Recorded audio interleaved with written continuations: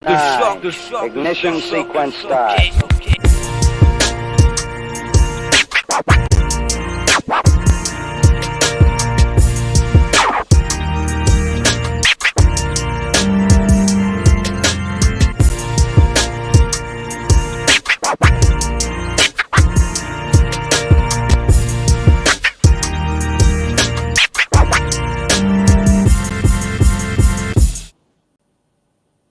Well, welcome everyone to the Got Spouse Need House podcast. I'm Blair Ballin with Ballin Real Estate, and super excited to have Annie Orchard here today with Flowers by Jody. So, Annie, welcome to the podcast. Thank you. Happy to be here. Yeah, awesome. So, so flowers and all that stuff. It's something it's super important to the entire experience. And we have 30 minutes here to get into all the details about it. But first, let the audience know about you, where you're from, your business, and all that kind of stuff. Perfect. Yeah. So, originally from Wyoming. I was a florist there as doing some retail work. And my husband was in the oil field in Wyoming. And we kind of thought, after 12 years of doing that, what if there's something more? What if there's a warmer place to live? And we came across Flowers by Jody, and Jody was ready to retire and, kind of travel a little. So we ended up taking over the business from her, purchasing it.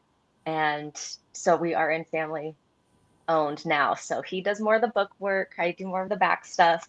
But he's also very involved and learning every day too. So he has become our flower boy. And we've been doing that for about 3 years now. That's great. Do both of you guys then go on to all the weddings and stuff, or is it just you or him or? Well, we have the capacity to take multiple weddings per weekend. So this weekend we have 16 events scattered from Thursday to Sunday. So we've got a pretty decent staff. Everybody is well trained. So we split the work, but we do go on deliveries. We typically go maybe on the more challenging ones or the larger ones, and then sometimes we go together. Sometimes we go separate because that just works better for us. Yeah. So 16 events in 4-ish days. So is that basically then like 4 events a day? Is that normal? Is that more because of time of year? What's that look like? Time of year mainly. We are seeing a lot of weekday weddings, which is interesting, but I do think there might be some, maybe a lot of people traveling or maybe a little bit budget friendly weekday venues that offer kind of a deal. So we've been doing a lot more on the weekday, so that helps us take more.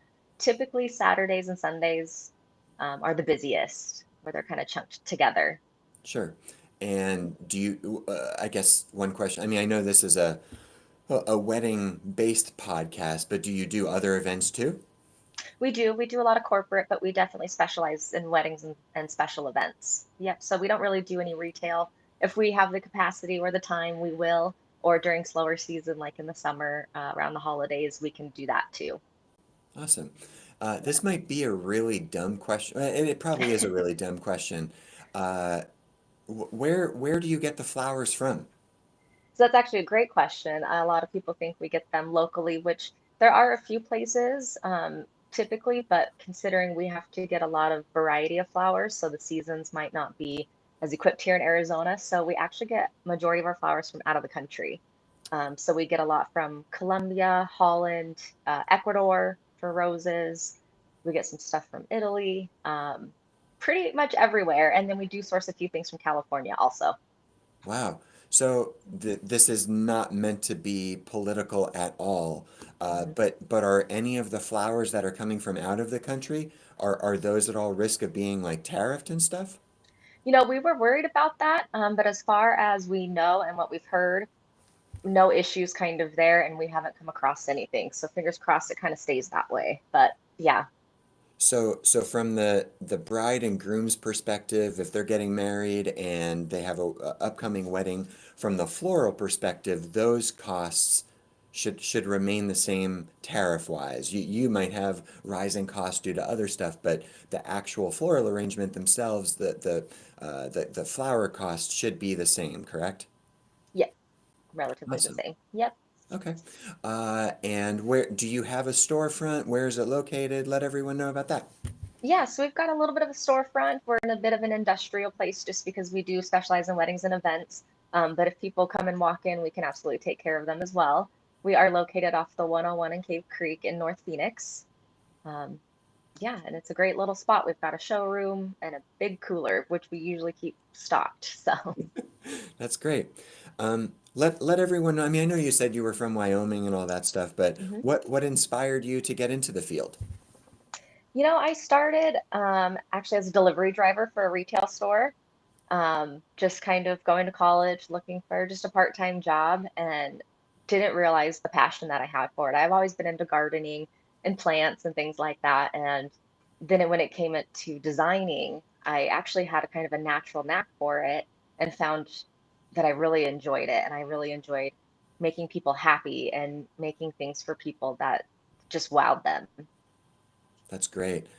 Yeah. I had a chance to visit your website earlier this morning, and my wife and I have been married like 18 years, and I see the pictures that you have on your website, and remember what our wedding looked like, and it's fascinating to me how stunning the arrangements are that you have on your website. And I understand that might not be, the standard package and for everyone and all that stuff, but they are beyond beautiful. And I can only imagine that comes through the passion that you have and everything that you're doing. And it makes a massive difference. So when bride and groom are preparing to get married, what what questions should they be asking? What should they be looking for? What separates you? All that kind of thing. So I think the first off is the initial consultation that they have because there's a lot of options out there. So it's always pretty special when we create a bond, but I think that's important. We have to see that our visions are aligning and that we get along well and that we can kind of help them make their best day possible. So I think it's important to kind of get to know each other a little bit and not having minimums. So we don't have like a cost um, minimum where they have to stick around right here in this budget. Everything is a la carte, which I find is they like that a lot. Nice. Okay. Yeah, I'm just taking some notes also. sure. So on the real estate side, and this is not about me, but I can totally appreciate what you just said because without that discussion to, find out what the person or the couple or whoever might be looking for and more about them personally, like it's tough to really then design something to cater to their personality because it's more than just, and again, I know nothing about floral arrangements, but like I want red roses, but like without a discussion, you don't get to know me. So that initial consult, what does that look like? Is it phone, Zoom, in person, where you have a series of questions? What can they expect when they're talking to you? Yeah, so typically, preferably in person, but a lot of our brides, this is kind of a destination place too. So a lot of them can start off with a base quote over the phone, preferably, Zoom so we can see each other, and then sharing inspiration photos too. A lot of my brides come to me with some general ideas of what they're looking for, whether that's candles or color palettes. They have a general idea, which is beneficial for me to help that. I can't decide somebody's color palette or things like that for them. I can tell them what's maybe trending. I can help them if they've got a particular venue where pops of color are great. But yeah, so it's just kind of going back and forth on options because there's a lot of options when it comes to floral and centerpieces and style. What typically is the minimum time frame you need to put together what you're arranging? Um, like as far as like day of start to finish or when they should come for a consultation. So once you've had a discussion and things have been finalized, how long after that does it normally take to get the flowers? So the flowers come week of the wedding, and then there's processing and stuff. So we do about a couple days prior to the wedding day. So it's pretty jammed in there. We have to work pretty quickly, being perishable items and making sure that they're stored and taken care of correctly so that they last as long as possible, especially in Arizona. Definitely. And then if someone decides they're getting married next month, is that enough time to still prepare and order all that, or what kind of time frame there? We need typically about 21 days prior to a wedding date to be able to secure those flowers. And that's just kind of bare minimum. So a month is a tough one, but we've made it work before. It just depends on if there's specific florals maybe that might be harder to get, more expensive. That kind of plays a role, but there's only a few of those, like your peonies and your dahlias and those specialty flowers that aren't always able to get year round. So, but typically, we'd like at least 4 months prior till the wedding date is a safe bet. Absolutely. What would you say, if any, and I know this year is, we're only 3, 4 months into it so far, like some of the most extravagant, wild, crazy design that you've had so far? Now, I don't mean crazy negative, but just like, what is that? Whether it was 200 sets of flowers, arrangements, or what does any of that look like? Yes, so some of the arrangements, what's kind of trending right now would be more like your garden styles, things that aren't super structured. They're definitely more, I would say, on the whimsical side, more natural. But I do find that weddings, they're not really going down in guest count. There definitely seems to be a lot of centerpieces that are still being done. But in that way, we have to do some budget friendly things there. But aisle and altar are always going to be kind of the main focus. So it's a lot of aisle arrangements, just really kind of creating a garden feel, and that'll go for quite a few of the venues in the area as well. So that's kind of what's going on now. Yeah. Do you have do you have a favorite place in the Phoenix area that you've done arrangements at?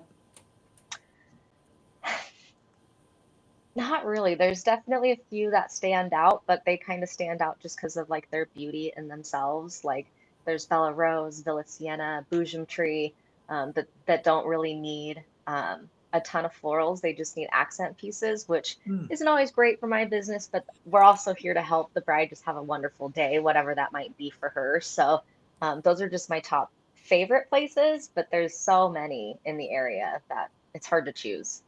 What were the first two you mentioned? Bella Rose and Villa Sienna. Where are those located?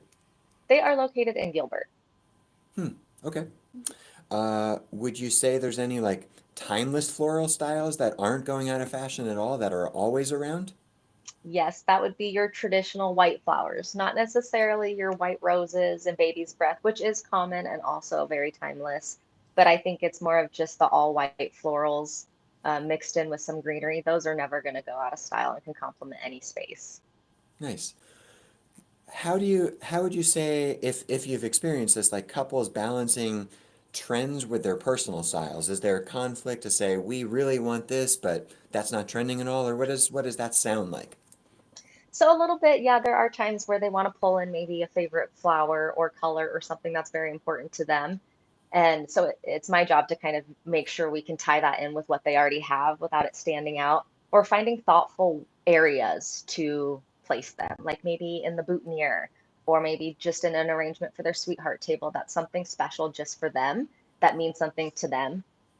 Whether it even be maybe if they've got a tie to Ireland, we always do like the thistle, or we try to just tie it in the best that we can. So, and nobody knows that it's not weird that it's in there because it's important to them. So anything we can kind of do to bring in any specialty or an heirloom of some sort for the bridal bouquet, we're all about that.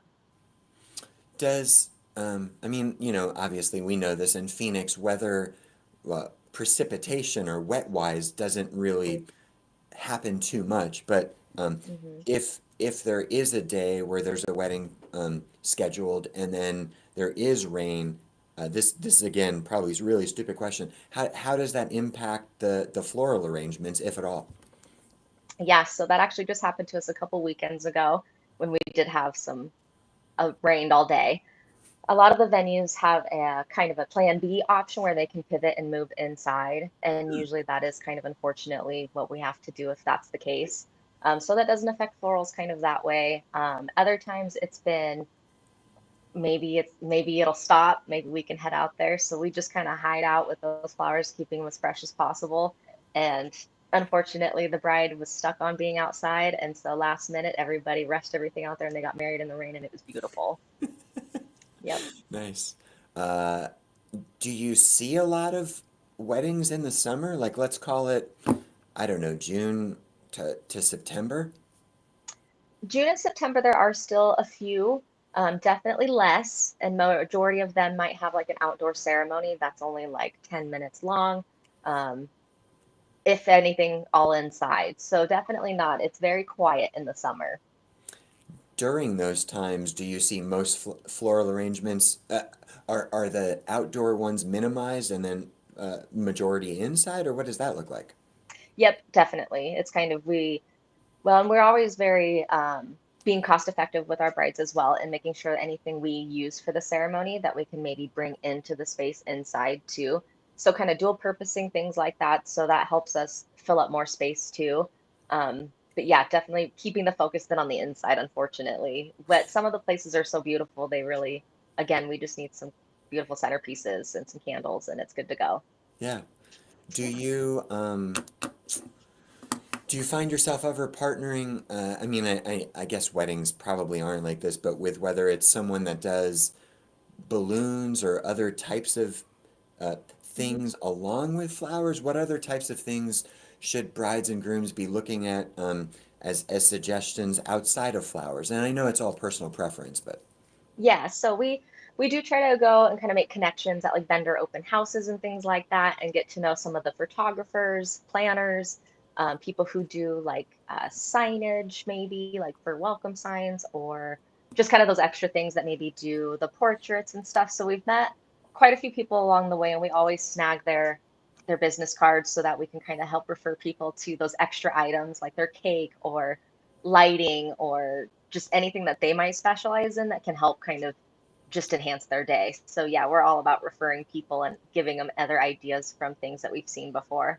that's awesome. Yeah. What would you say something that happens that couples might like overlook when it comes to flowers and arrangements?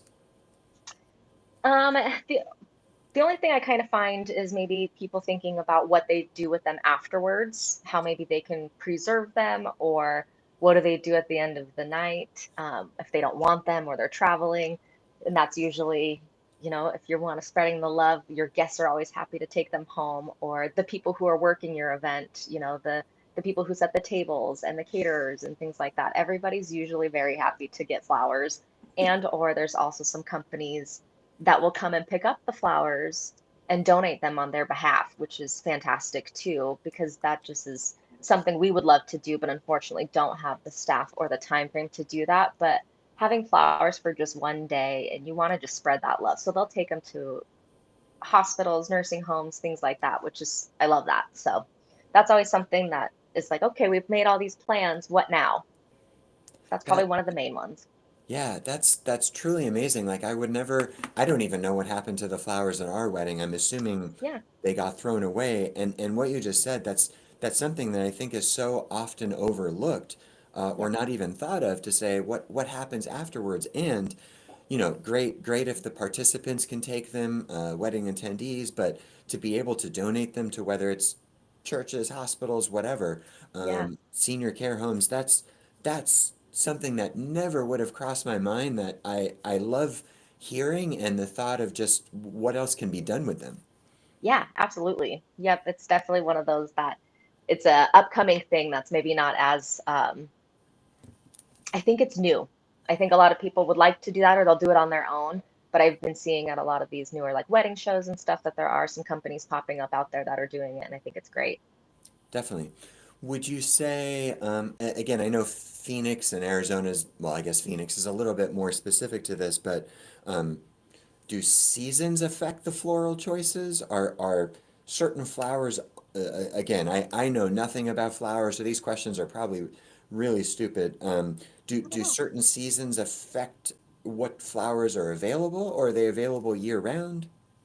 For the most part, we can get stuff year round. What kind of becomes the issue is maybe quality because they are still mass producing them and growing them out of the country. But you'll find when they're in season, the quality is just fantastic and so much better. So your peonies are going to be about half the size they normally would in November. So kind of some things like that. But typically, it's just quality. But we can typically get our hands on just about anything year round, give or take a few weeks where maybe something isn't available. Hmm. forgive me if I don't remember what you said, but earlier, like let's just say flowers are shipped from Colombia, Italy, and other out of country areas. Hmm. Uh, are those shipped on a boat in like a freezer type thing, or what? How do they get here? Yes, so they get here lots of ways. Yep. Boats, planes, they are usually in a cold cooler of some sort, and then they're packed with ice packs too, and they come very quickly. So typically we pick up a lot of our stuff from train, or not train, I'm sorry, plane. I was thinking, yeah. Really? So So we is head to that the airport. um, is that like regular South, well, not Southwest, but like a United flight, or is Actually, it it is Southwest. Yep. Yep. really? Yep. Southwest Cargo. That's Yep. wild. Huh. It just happens quickly. Like it's on the plane, it gets here, we pick it up all within a few hours, essentially. And are they normally delivered with other floral type arrangements for other floral vendors, or Mhm. you have this distributor and you're like, I need these then, and then they're like, okay, or that this is so Mostly the fascinating. distributor. Yeah, I know it's pretty interesting. I haven't noticed if there's others or other florists there.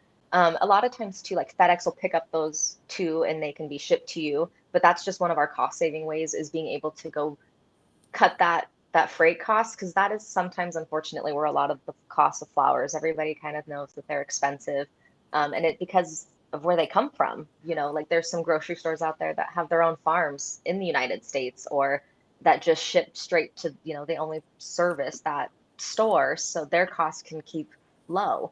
Whereas of ours, we don't have that. So it unfortunately freight does play a big cost into the cost of flowers for us anyway.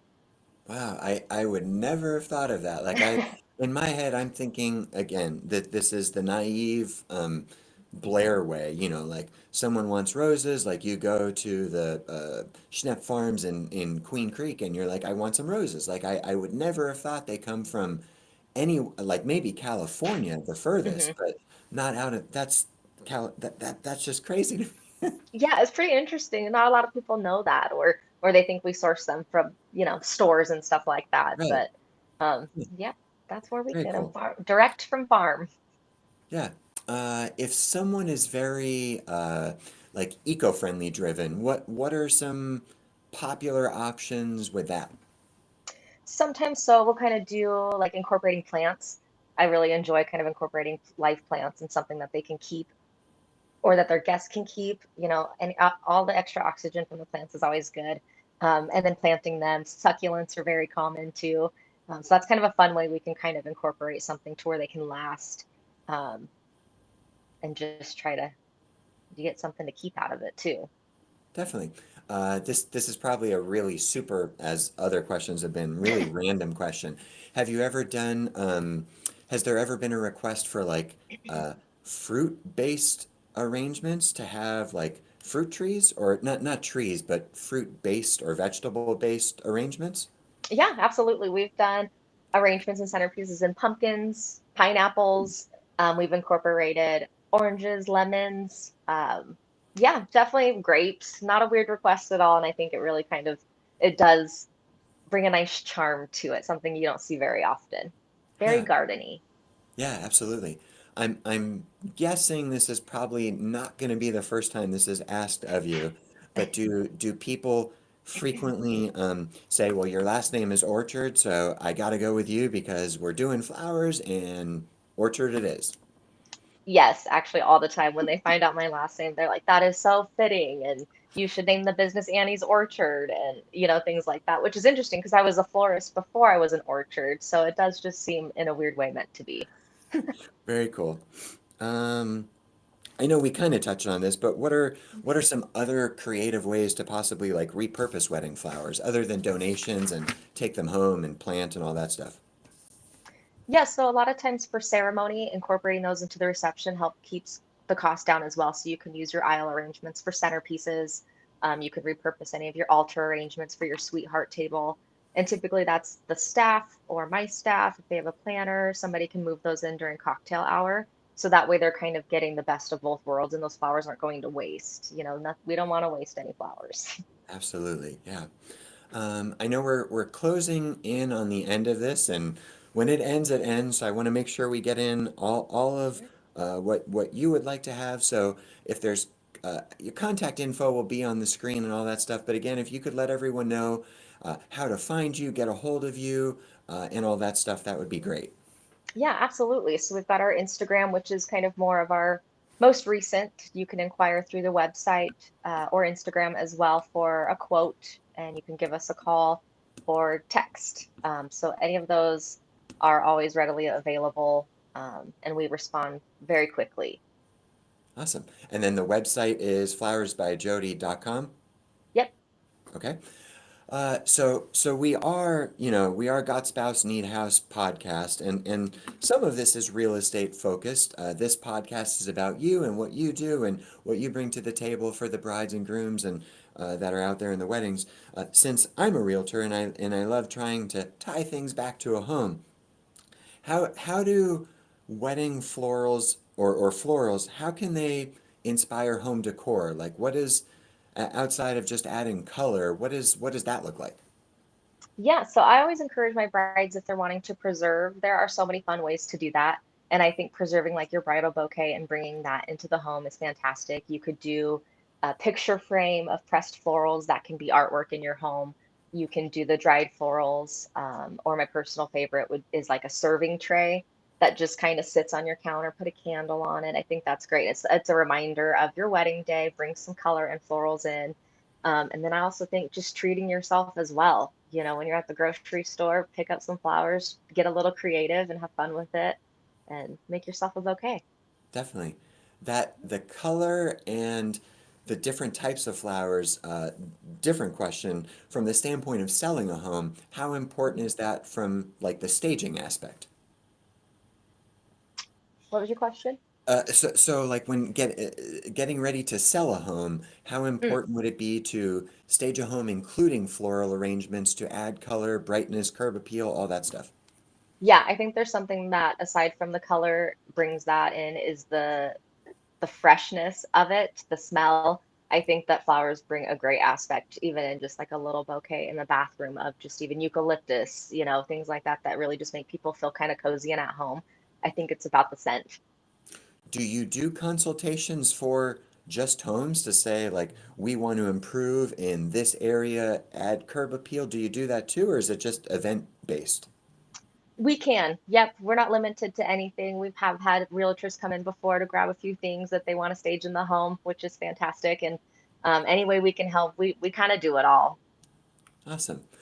Yeah. Well, Annie, I know we got maybe two-ish minutes left. I don't want to just be, awkwardly cut off at the end, but this has been awesome for me. Hopefully you've gotten value from it. Hopefully everyone listening Definitely. has gotten value from it, gets a chance when they're getting ready to get married, to give you a call, to get a quote, learn more about you, and to see if it's a good fit. But this has been awesome for me. There's been so much that I again never would have thought of that we've already discussed. So thank you so much for doing this.